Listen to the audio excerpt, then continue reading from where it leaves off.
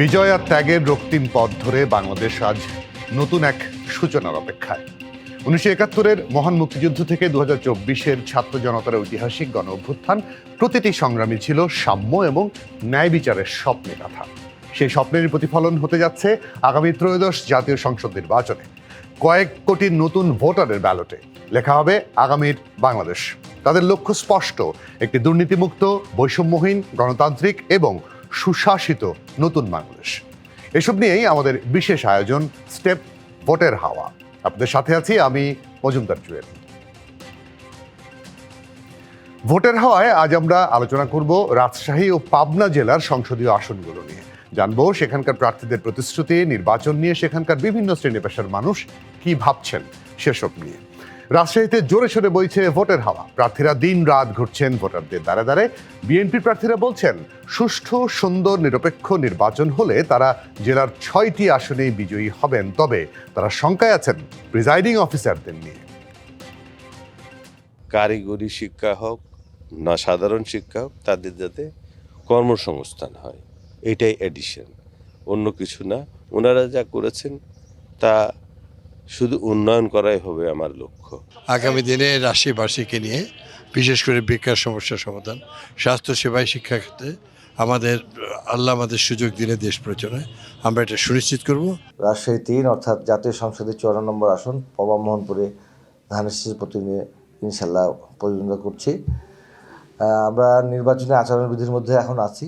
এখন পর্যন্ত আমরা দেখছি আমাদের মধ্যে সৌহার্দ্যপূর্ণ ভাব আছে, নেতৃবৃন্দের পর্যন্ত সৌহার্দ্যপূর্ণ ভাব আছে এবং ভোটের কিন্তু পুরো আনন্দ শুরু হয়েছে। সকলে কিন্তু আনন্দ উপভোগ করছে। অনেক উন্নয়নমূলক কাজ করে স্কুল, কলেজ, মাদ্রাসা এগুলো আমরা প্রতিষ্ঠা করেছি আমরা, যার কারণে মানুষের আমাদের আস্থা আছে, আমার আস্থা আছে। আলহামদুলিল্লাহ, পরিবেশ ভালো আছে, নির্বাচনে কোনো বাধা বিপত্তি নাই। গত যে নির্বাচনে অন্য কোনো দল আওয়ামী লীগ ছাড়া নির্বাচনে কেউ করতে পারেনি, সেই বিষয়ে অনেকটা ভালো। তবে জামায়াত এবং দলটির জোট সঙ্গীদের অভিযোগ আগের নির্বাচনগুলোতে দায়িত্ব পালন করা প্রিজাইডিং অফিসারদের নিয়ে। তারা বলছেন সুষ্ঠু নির্বাচন হলে জয়ের বিষয়ে তারাও আশাবাদী। পরিবর্তন চাই, এই কথাটা কিন্তু বেশ ভালোভাবে উচ্চারিত হচ্ছে। তো আমরা আশাবাদী, হোপফুল, ইনশাআল্লাহ বিজয়ী হব আমরা। আজকে সকাল থেকে যত লোকের সাথে কথা বলেছি, নেগেটিভ কথা পেয়েছি মাত্র 3 জনের কাছ থেকে। সকল লোক পজিটিভ কথাবার্তা বলছে আমাদেরকে। কর্মসংস্থান বিষয়ে শিক্ষিত যারা বেকার আছেন তাদের কর্মসংস্থান আমাদের অগ্রাধিকার পাবে। আমি নির্বাচিত হলে সর্বাগ্রে সেই ব্রিজটা তৈরি করার জন্য কাজ করব।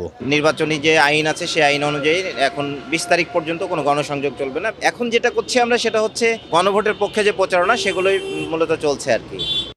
জাতীয় নির্বাচনে 12,76,00,000 ভোটারের মধ্যে 6,28,79,000 নারী ভোটার, অর্থাৎ মোট ভোটারের প্রায় অর্ধেকই নারী। এর মধ্যে রাজশাহীতে 9.25 নারী ভোটার থাকলেও তাদের জন্য কোনো নারী প্রার্থী নেই। রাজশাহীর পেশাজীবী নারীরা বলছেন দেশ এবং নারীদের উন্নয়নে কাজ করবেন এমন প্রার্থীকেই তারা বেছে নেবেন। আমি চাই এমন একজন প্রার্থী নির্বাচিত হোক এবার, যিনি আসলেই নারীদের কথা ভাববেন, নারীদের উন্নয়নের জন্য কাজ করবেন। সচেতনতার জায়গা থেকে আমি মনে করি সততার দায়বদ্ধতা থেকে আমাদেরকে কাজ করতে হবে, এগিয়ে যেতে হবে। রাষ্ট্রীয় সর্বস্তরে নারী পুরুষের সমান অংশগ্রহণ থাকবে। একজন মেয়ে ওয়ার্ড কাউন্সিলর আর একজন পুরুষ ওয়ার্ড কাউন্সিলর, দুইজনই সমানভাবে সুযোগ সুবিধা পাওয়ার অধিকারী। আমাদের নারীদেরকে নিয়ে চাওয়ার তো অনেক কিছুই আছে, নারীদের অধিকার সহ বা বিভিন্নভাবে নারীদের সমাজে একটা অবস্থান, এটা তো আমাদের অবশ্যই চাওয়ার আছে। নারী উদ্যোক্তারা অবশ্যই আশাবাদী যে নির্বাচন আসতেছে, নির্বাচনের সরকারের কাছে আশাবাদী, কিন্তু আশা কতটুকু পূরণ হবে এটা আমরা বলতে পারি না। ভোটের হাওয়ায় রাজশাহী থেকে যুক্ত হচ্ছেন সুশাসনের জন্য নাগরিক সুজনের বিভাগীয় সভাপতি আহমেদ শফিউদ্দিন। তার কাছ থেকে একটু জানার চেষ্টা করবো। আহমেদ শফিউদ্দিন, আপনাকে স্বাগত। নিশ্চয়ই আপনি শুনলেন ভোটারদের কথা, প্রার্থীদের কথা। আপনার কাছে কি মনে হয় আইন শৃঙ্খলা পরিস্থিতি এখন কেমন? সুষ্ঠু ভোটের জন্য নানাভাবে নানা দিক থেকে বলা হচ্ছে সুষ্ঠু ভোট হবে কিনা, আইন শৃঙ্খলা পরিস্থিতি এখন ভালো না, আপনার কি মনে হয়? আমাদের এই অঞ্চলে তো বরাবরই তুলনামূলকভাবে আইন শৃঙ্খলা পরিস্থিতি ভালো থাকেন এবং রাজনীতিবিদদের মধ্যে যে পারস্পরিক সম্পর্ক, অন্তত ব্যক্তিগত সম্পর্কটা তো সবসময় আমরা দেখছি একটা ধারাবাহিকভাবে এটার একটি ঐতিহ্য রয়েছে, সেদিক থেকে ভালো। তবে এটা তো ঠিকই যে মানে উদ্বেগ আছে, কারণ বিভিন্নভাবে আমরা বিভিন্ন দলই বিভিন্ন সময় বলছেন অনেকেই যে প্রচুর অস্ত্র কিন্তু মানুষের কাছে হাতে হাতে এখনো আছে, যেটা ঠিক সেইভাবে বোধহয় উদ্ধার কতটা হয়েছে সেটি একটি প্রশ্নই থেকে যায়। আর যেটা হয়েছে যে আইনের বাইরে যে হাতে তুলে নেওয়ার যে একটা ঘটনাটা, বিভিন্ন আইনকে নিজের হাতে তুলে নেওয়ার যে ঘটনা, সেটি তুলনামূলকভাবে এখানে কম, কিন্তু অন্যান্য জায়গায় তো দেখে আতঙ্কিত হয় সবাই আমরা। কাজেই আগামী নির্বাচনের যত ঘনিয়ে আসবে ততই পরিস্থিতিটা বোঝা যাবে যে কোন দিকে আমরা যাচ্ছি। একটা অভিযোগ যে বারবার বলা হচ্ছিল যে আগের প্রিজাইডিং অফিসারদের নিয়ে শঙ্কা, এটা বিএনপির পক্ষ থেকে বলা হচ্ছে, জামায়াতের পক্ষ থেকে বলা হয়েছে, কিন্তু নির্বাচন কমিশন থেকে তো কিন্তু বলেছে যে আগের যারা প্রিজাইডিং অফিসারের দায়িত্বে ছিলেন তারা এবার কেউ দায়িত্ব পালন করবেন না। এটা নিয়ে তারপর শঙ্কা কেন? এটা মূল ব্যাপারটা কি যে টপ থেকেই তো সব কিছু আসে। উপরের যদি সততা থাকে, উপরের লেভেলে যদি উচ্চ পর্যায়ে যদি নিরপেক্ষতা থাকে, আইনের শাসনের সদিচ্ছা থাকে, নিচের দিকেও তাই হবে, যেটা অতীতে এই সংকটটি ছিল। এক বলা হচ্ছে, আমার তো মনে হয় যদি নির্বাচন কমিশন এবং সর্বোচ্চ পর্যায়ের সরকারি কর্মকর্তাবৃন্দ যদি এটা চান যে নিরপেক্ষ হবে, অবশ্যই সম্ভব। দেখেন, মানুষ কিন্তু তার সংসার চলে রুটি রুজি চাকরির উপরে।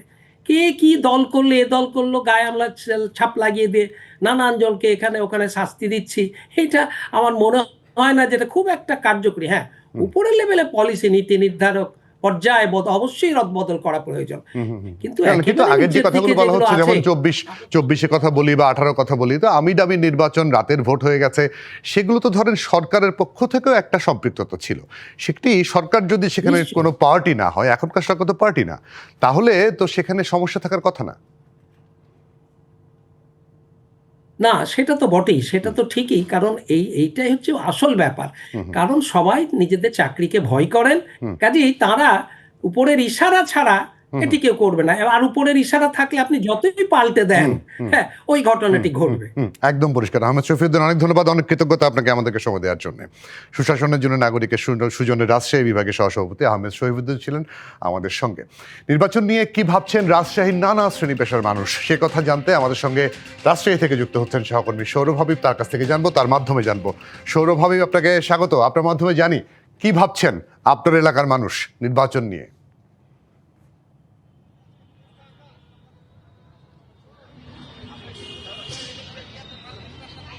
জুয়েল, ভোটের হাওয়ায় আজকে আমাদের চায়ের আড্ডায় যুক্ত আছেন রাজশাহীর বাসিন্দারা। আমরা তাদের সাথে সরাসরি কথা বলবো, তারা কি ভাবছেন।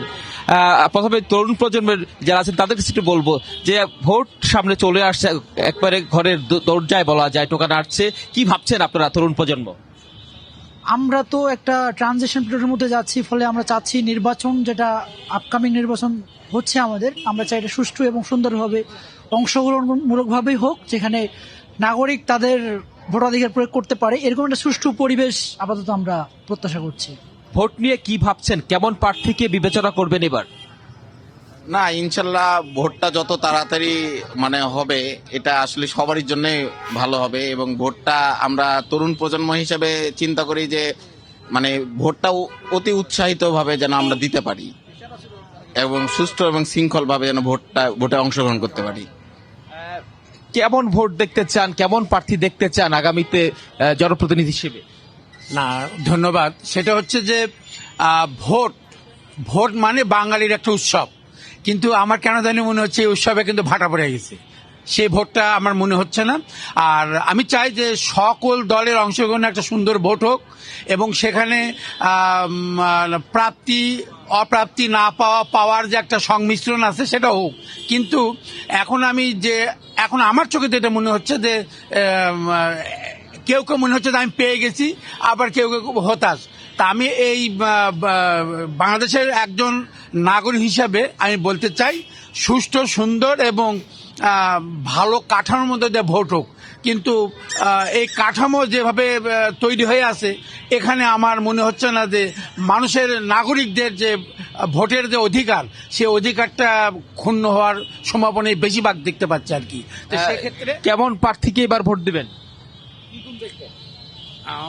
এবার আওয়ামী লীগ বিএনপি দুটাই তো করলাম, এবার জামাতকে একটু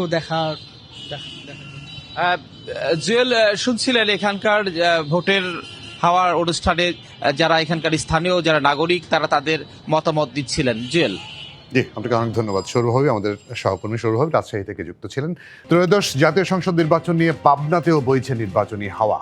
সাধারণ মানুষের জীবনমান উন্নয়ন এবং নিরাপত্তা ও কর্মসংস্থানের ব্যবস্থা করবে এমন প্রার্থীকে ভোট দেওয়ার কথা জানিয়েছেন নারী পুরুষ সহ তরুণ ভোটাররা। তবে সীমানা নির্ধারণ নিয়ে দ্বন্দ্বে পাবনা 1 এবং 2 আসনে নির্বাচন স্থগিত করেছে নির্বাচন কমিশন। এই নিয়ে মিশ্র প্রতিক্রিয়া রয়েছে প্রার্থীদের মধ্যে। বাংলাদেশের মানুষের, দুঃখী মানুষের মুখে হাসি ফোটানোর জন্য যে চেষ্টা জিয়া করেছেন, খালেদা জিয়া করেছেন, তারেক রহমান সেই হাল ধরেছেন। তারেক রহমানের নেতৃত্বে বাসুবুদ্দিকে নিরাপদ, আধুনিক, উন্নত বাংলাদেশ আমরা গঠন করব। বক্তব্য বললাম, প্রত্যাশা জনগণের পক্ষে আমি কাজ করি।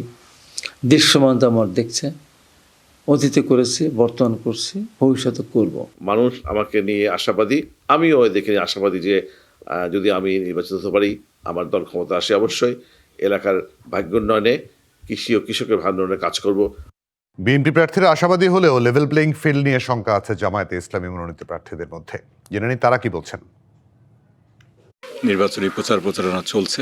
আশা করছি এখানকার মানুষ, আমাদের উপরে অনেক অত্যাচার করা হয়েছে, সকল কিছুর দাঁত ভাঙা জবাব এই ব্যালট বিপ্লবের মাধ্যমে দেবে। দেশ পরিচালনার যদি দায়িত্ব দেয়, তাহলে আমরা একটা মানবিক, সামাজিক, ইনসাফপূর্ণ, দুর্নীতিমুক্ত, শান্তি এবং স্বস্তির একটি দেশ আমরা গড়ে তুলব ইনশাআল্লাহ। আমরা আশা করব জাতি এই নির্বাচনে অংশগ্রহণ করবে। প্রশাসন অবাধ এবং নিরপেক্ষ, ফ্রি অ্যান্ড ফেয়ার ইলেকশনের জন্য তারা ভূমিকা পালন করবেন।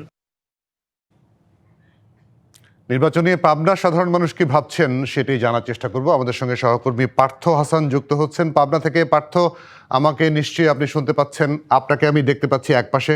হ্যাঁ, যদি আপনি শুনে থাকেন একটু জানাবেন। আপনার সঙ্গে অনেকেই আছে, তাদের কাছ থেকে জানি পাবনা নির্বাচন নিয়ে তারা কি ভাবছেন। পাশাপাশি 2টি আসনে নির্বাচন স্থগিত হয়েছে, সেটা নিয়েও তাদের মতামত কি।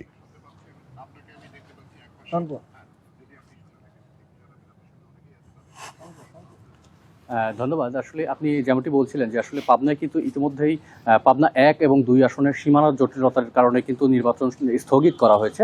এই নিয়ে কিন্তু ওই এলাকার ভোটারদের মধ্যে মিশ্র প্রতিক্রিয়া আমরা লক্ষ্য করেছি। এই মুহূর্তে আমরা রয়েছি, আমাদের সাথে রয়েছে তরুণ প্রজন্মের কিছু ভোটার। আমরা একটু তাদের সাথে কথা বলবো, তাদের প্রত্যাশার জায়গাগুলো একটু জানার চেষ্টা করব। যে এই যে আগামী জাতীয় সংসদ নির্বাচন, এই নির্বাচনে যারা প্রার্থী থাকবেন বা যে দল নির্বাচিত হবেন, তাদের কাছে আপনাদের প্রত্যাশা কি রয়েছে? ধন্যবাদ আপনাকে। আপনি জানেন যে দীর্ঘ 17 বছর আন্দোলন সংগ্রামের মাধ্যমে, জুলাই আগস্টের ছাত্র জনতার গণঅভ্যুত্থানের মাধ্যমে আমরা একটি স্বাধীন বাংলাদেশ পুনরায় ফিরে পেয়েছি। আমরা এই স্বাধীনতাকে রক্ষার্থে আগামী ত্রয়োদশ জাতীয় সংসদ নির্বাচন আপনি জানেন যে 12 ফেব্রুয়ারি অনুষ্ঠিত হতে যাচ্ছে। সেটিকে সামনে রেখে পাবনায়ও সারা বাংলাদেশের ন্যায় পাবনাতেও একটি ভোটের আমেজ বিরাজমান করছে এবং আমরা আপনাদের প্রত্যাশার জায়গাটা একটু জানতে চাই।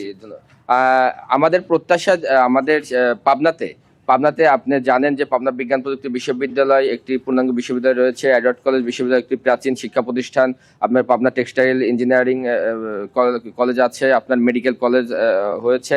তো আমাদের একটি প্রত্যাশার জায়গা হচ্ছে আমাদের এখানে একটি কৃষি বিশ্ববিদ্যালয় নাই। যদি যিনি নির্বাচিত হন, আমাদের তাদের কাছে সর্বোচ্চটুকু প্রত্যাশা থাকবে যে আমাদের পাবনাতে যেন একটি কৃষি বিশ্ববিদ্যালয় হয়। এবং আপনারা জানেন যে পাবনাতে বিভিন্ন জেলার শিক্ষার্থীরা এখানে এসে পড়াশোনা, আপনারা শিক্ষা ক্ষেত্রে আরো কিছু চাচ্ছেন। আচ্ছা, আমরা আরেকজনের সাথে একটু কথা বলতে চাই যে এই যে আগামী নির্বাচনে আপনারা আসলে ওটার পরিবেশ কেমন চাচ্ছেন, কেমন প্রত্যাশা রয়েছে? আমরা আগামী ত্রয়োদশ জাতীয় সংসদ নির্বাচন একটি এদেশের মানুষের বহুল আলোচিত ও আকাঙ্ক্ষিত একটি নির্বাচন। এই নির্বাচন আমরা একটি সুষ্ঠু নির্বাচন চাই, যেখানে লেভেল প্লেইং ফিল্ড থাকবে, সবাই সমান অধিকার ভোগ করবে, প্রত্যেকটা প্রার্থী, প্রত্যেকটা দল। এবং আমরা চাই যেন কোনো প্রকার বিশৃঙ্খলা সৃষ্টি না হয় এবং যে পরাজিত শক্তি বিশৃঙ্খলা সৃষ্টি করতে চাবে সেক্ষেত্রে যেন আইন শৃঙ্খলা বাহিনী যেন কঠোর পদক্ষেপ নেয়।